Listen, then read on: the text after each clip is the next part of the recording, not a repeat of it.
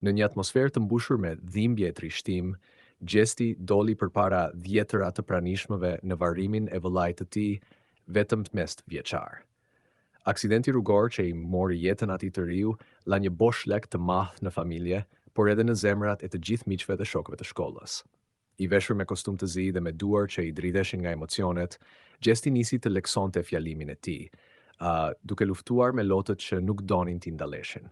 Mezët të dridhur, a i kujtoj momentet e bukura që kishte kaluar me të vëllain, duke përshkruar ëndrat e pambaruara të një djali që kishte ende gjithë jetën përpara.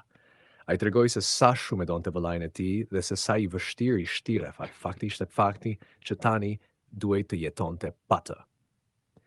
Ti ishe engjeli i shtëpisë son, tha Gjesti, duke bërë që lotët të shpërthenin edhe më shumë tek të pranishmit. Në fjalimin e tij, a i tha një mesazh të fortë edhe shoqërisë: kujdesin në rrugë dhe rëndësinë e jetës. Sipas tij, një moment pa kujdesie mund të marrë një jetë të pafajshme dhe të shkatërrojë përgjithmonë një familje. Ishte një apel i dhimbshëm, por i vërtet, që mbeti thellë në mendjet e të gjithëve.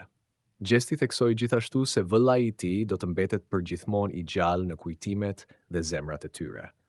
A i foli për buzëqeshjen e tij, për ëndrat e thjeshta të një adoleshenti dhe për dritën që a i sillte në çdo ditë të jetës së familjes. Ishte një përshkrim i ndjerë që bëri të gjithë të ndjenin pranë ideali edhe pse fizikisht nuk ishte më. Në fund, Gjesti u zotua se do ta mbante gjallë kujtimin e të vëllait përmes veprave dhe jetës së tij.